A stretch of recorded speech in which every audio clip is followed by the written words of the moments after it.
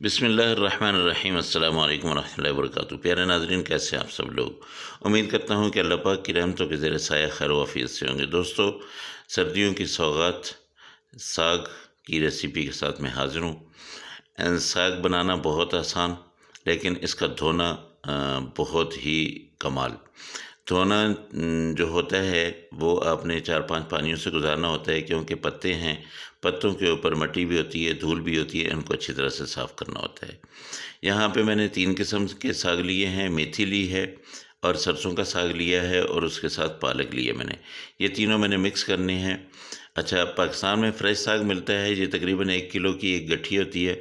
तो मैंने 2 गठियाँ जो हैं वो अपना सरसों का साग लिया है, 2 गठियाँ मैंने पालक ली है और 1 गठ्ठी मैंने मेथी ली है। मेथी हमेशा आप कम डालेंगे, उसकी वजह यह है कि मेथी में कड़वापन होता है थोड़ा-सा, वो ताकि ज़्यादा ना हो जाए, ठीक है? तो दूसरी बात मैं आपको बता दूं कि ये देखिए बिल्कुल फ्रेश है। ये जो सरसों का साग होता है, इसकी फ्रेशनेस को देखने के लिए आपने ये डंडी को पकड़ना है और ऐसे तोड़ना है, ठीक है? ये देखिए, ये अगर टूट जाए तो इसका मतलब है कि ये बिल्कुल फ्रेश है, अगर नहीं टूटेगी तो इसका मतलब है वो पुराना है। तो यहाँ मैंने अच्छी तरह से धो लिया, धो के इसको मैंने चूल्हे पे चढ़ा दिया। अब चूल्हे पे चढ़ाने के बाद मैं इसमें कुछ भी नहीं डालूँगा सिवाय सब्ज़ मिर्चों के। सब्ज़ मिर्चें चूँकि इस साग के साथ मैंने मैश करनी है, तो इसलिए मैं डाल दूँगा, बाकी मसाले बाद में मैं डालूँगा। 2 तरीके हैं साग पकाने के। एक तो ये है कि आप जब इसको ऊपर रखते हैं तो सारे मसाले इसमें डाल दें, आखिर में जाके इसको तड़का सा लगा लें थूम का, और जो है बस ये हो गया। लेकिन मैं आपको एक नया तरीका बताता हूँ। ये वैसे तरीका भी मुरवजा भी है, लेकिन यह है कि मैं आपको इस तरीके से बताता हूँ। यहाँ साग को पकते हुए तकरीबन 1 घंटा हो गया। 1 घंटे में आप देखिए कि ये कितना श्रिंक होके थोड़ा-सा हो गया है। तो आप जो है इसको और पकाएँगे। यहाँ पे आके आपने मैश करना है। मैश करने के भी 2 तरीके हैं, या तो आप ग्राइंडर में मिक्स कर लें, ब्लेंड कर लें, या फिर आपने क्या लेना है कि वो जो दाल मलना होता है उसके साथ आपने इसको घोटना भी कहते हैं, इसको आप घोटते जाएँगे। और ये असल तरीका है पंजाबियों का। ये तकरीबन 2 घंटे तक, 3 घंटे तक इसको घोटा जाता है। ये आप देख लें, आधे घंटे से ज़्यादा हो गया है, मैं मुसलसल इसमें ये चला रहा हूँ। अब ये देखिए, ये माशाल्लाह बिल्कुल मैश होता हुआ नज़र आ रहा है। अच्छा, मैं अगर चाहता तो इसको मैं अपना ग्राइंडर में मैं कर सकता था, लेकिन उससे क्या होता है कि बिल्कुल आटा सा बन जाता है। अब मैंने नमक चेक किया है, क्योंकि पालक में ऑलरेडी नमक होता है, तो नमक यहाँ पे चेक करें। उसके बाद मैंने 1 चम्मच इसमें नमक डाल दिया और इसको घोट रहा हूँ। इसके साथ-साथ मैंने दूसरी तरफ चढ़ा दिया है घी, और घी आपने लेना है 1 कप, और इस घी को, और हमेशा साग का तड़का जो है वो आप घी में लगाएँ, कुकिंग ऑयल में नहीं लगाएँ, घी में बहुत मज़ा आता है। तो इसमें मैं डालूँगा तकरीबन 3 प्याज़ दरमियाने साइज़ के थे, वो मैंने काटे, और उनको अच्छी तरह से अब मैं ब्राउन करूँगा। अच्छा दोस्तों, मैं आपको बताऊँ कि ये जो साग है, ये आप ज़रूर इस्तेमाल करें। जो मेरे दोस्त साग नहीं खाते, वो जैसे मैं बना रहा हूँ इस तरह से बना के खाएँगे तो इंशाल्लाह उनको बहुत अच्छा लगेगा। ये सर्दियों की अल्लाह पाक की बहुत बड़ी नेमत जो है अल्लाह ने हमें दी है, और इसमें आयरन काफ़ी ज़्यादा मिक़दार में होता है, जो हमारे जिस्म के लिए बहुत ज़रूरी है।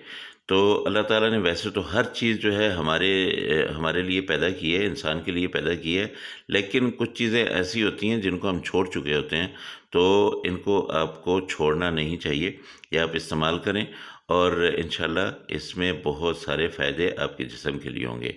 अब मज़ीद मैं वो फ़ायदे वगैरह नहीं गिनवाता हूँ, उसकी वजह ये है कि वीडियो लंबी हो जाएगी, और मेरा वीडियो को लंबे करने का बिल्कुल भी मकसद नहीं है। मकसद ये है कि आप पकाना जो है वो शुरू करें। इंशाल्लाह जब आप पका लेंगे, उसके बाद आपको इसके फ़वाइद खुद ब खुद नज़र आना शुरू हो जाएँगे। इसको मैं अच्छी तरह से ब्राउन करूँगा। इसके साथ-साथ ये देखिए, मैंने काफ़ी मिक़दार में लहसुन लिया है, ये तकरीबन 3 पोथियाँ थीं, ये मैंने लिया है। लहसुन भी आपने साग में ज़्यादा मिक़दार में डालना है, और इनको मैंने आप देखा कि ना मैंने इनको अपना कूटा है, ना ही मैंने छोटा बारीक किया है। इनको लंबे-लंबे जो पीसेज़ हैं उसमें मैंने वो किया है। अब इसको डाल के तकरीबन 2-3 मिनट अच्छी तरह से भून के उसके बाद मैं इसमें डालूँगा ज़ीरा। ज़ीरा आपने डाल देना है साबित, और अगर आप पाउडर डालना चाहते हैं तो पाउडर डाल दें, लेकिन मैं साबित डालूँगा। साबित का भी बहुत मज़ा आता है। 1 चम्मच ज़ीरा जो है वो आपने इसको अच्छी तरह से कड़कड़ा लेना है। अब देखिए प्याज भी ब्राउन हो गए और उसके साथ आपका लहसुन जो है वो भी तकरीबन ब्राउन हो गया है। अब आप यहाँ पे मसाले वगैरह डालें, जो भी आपने डालना है। तो एक चीज़ का ख़्याल रखें कि इसमें अगर मिर्चें जो है बहुत ज़्यादा वो हो गई तो फिर मज़ा नहीं आता। तो ये मैंने धनिया पाउडर डाल दिया 1 चम्मच, उसके साथ मैं लूँगा अपना ये दड़ा मिर्च पाउडर लिया है। दड़ा मिर्च आप इस देख लीजिएगा, अगर ज़्यादा डालनी है तो ज़्यादा डाल लें, लेकिन मैं चूँकि अपने घर के मसाले बना के वो कर रखता हूँ, तो इसलिए ये बहुत तीखे होते हैं।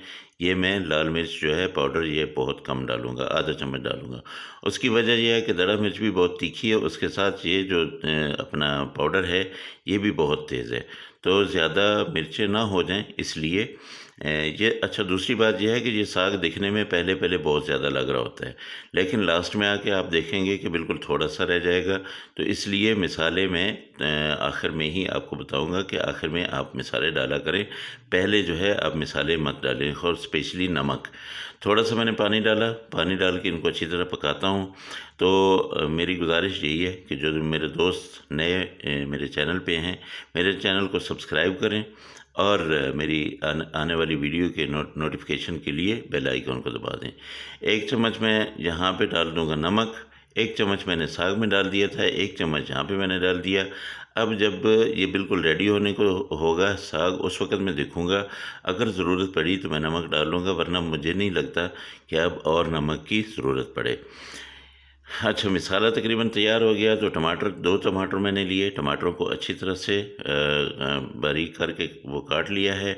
टमाटर इनको बिल्कुल भी साबित नहीं रखना है, इनको हमने अच्छी तरह से गलाना है। और ये क्यों गलाना है? इसलिए कि टमाटर जो है टमाटर हो या दही हो, ये किसी चीज़ की भी मिठास जो होती है ना उसको कम करते हैं, लेकिन अगर कच्चा रह गया तो फिर इसकी अपनी एक खटास जो है वो गालिब आ जाएगी, वो फिर मज़ा नहीं आएगा। अभी इसमें ये देखिए, ये मैंने बंद कर दिया था, कवर कर दिया था, लेकिन अभी भी इसमें वो हड्डी मौजूद है, अभी बिल्कुल गला नहीं है। मैं इसको अच्छी तरह से गला लूँ। तो मैं कह रहा था कि जो दोस्त मेरे नए हैं वो मेरे चैनल को सब्सक्राइब करें, और जो मेरे पुराने दोस्त हैं वो मुझे एक प्यारा सा कमेंट्स, और मेरी वीडियो को अगर उनको अच्छी लगे तो लाइक कर दीजिएगा। यहाँ पे मसाला हो गया है तैयार। अब मैं क्या करता हूँ कि वो साग जो पक रहा था उसकी मैंने आंच बंद कर दी थी, वो मैं अब इसमें डालना शुरू करता हूँ। ठीक है, बिस्मिल्लाहिर्रहमानिर्रहीम। ये देखिए, अब वो सारा साग मैं इसमें डाल दूँगा, और इसमें डाल के अभी भी उस साग में पानी मौजूद है, इस पानी को मैंने खुश्क करना है। और आप मेरे साथ-साथ रहेंगे, मैं आपके साथ गप्पे भी मारूँगा और साथ में मैं ये पानी भी खुश्क करूँगा। ये देखिए, अच्छा, जो होटल वाले होते हैं वो क्या करते हैं कि जैसे ये बन गया है, इसको यहीं पे ही जो है ना वो आँच बंद कर देते हैं। और जब मतलब है किसी को देना होता है तो वो थोड़ा-सा निकाल के उसको दे देते हैं। लेकिन हमने तो चूँकि घर में पकाना है, तो इसको अच्छी तरह से इसका पानी हमने खुश्क करना है, ठीक है? तो होटल वाले तो चूँकि कारोबार करते हैं, इसलिए उन्होंने उस हालत में दे देना होता है। अब इसको थोड़ी देर के लिए कवर करता हूँ कि क्योंकि ये आखिर में आके ये ऐसे पटाखे से मारने लग जाता है और छींटे बहुत उड़ते हैं। ये देखिए, माशाल्लाह अल्हम्दुलिल्लाह, तकरीबन हमारा साग जो है वो रेडी हो चुका है। और ये चम्मच आप ज़रूर हिलाते रहें, क्योंकि ये नीचे भी लगने का ख़तरा होता है।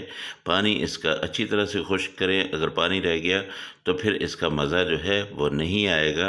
तो इसको दूसरा मैं आपको बता दूं कि अच्छी तरह से मैश करें। जब ये अच्छी तरह से मैश हो जाएगा, जब ये अच्छी तरह से इसका पानी बिल्कुल ही ख़त्म हो जाएगा, तो ये देखिए, ये आपके लिए तैयार साग हो जाएगा। इस पे आप मक्खन डालें, इसको चपाती के साथ खाएं, इसको नान के साथ खाएं, और मुझे दें दुआएं। अल्लाह पाक की रहमतें, अल्लाह की बरकतें आप सबके घरों में बारिश की तरह बरसती रहें। अल्लाह पाक आप सबको खैर आफियत से रखे। अल्लाह पाक जो मेरे दोस्त बेरोज़गार हैं उनको अच्छा रोज़गार दे, जो बीमार हैं अल्लाह पाक उनको शिफ़ाए कामिला दे। और मेरे लिए भी आप सब लोग ऐसी ही प्यारी प्यारी दुआएं किया कीजिए। इंशाल्लाह अगली रेसिपी में फिर मुलाकात होगी। ये रेसिपी मैंने मैंने सोचा आप लोगों को बता दूं, सर्दियां आ रही हैं, आप ज़रूर इस्तेमाल कीजिएगा और मुझे दुआएं दीजिएगा। लेकिन मुझे बताइएगा ज़रूर कि आपका साग कैसा बना। मेरा साग तो बहुत मज़े का बन चुका है। अल्लाह हाफ़िज़। अस्सलामु अलैकुम वरहमतुल्लाहि वबरकातुहू।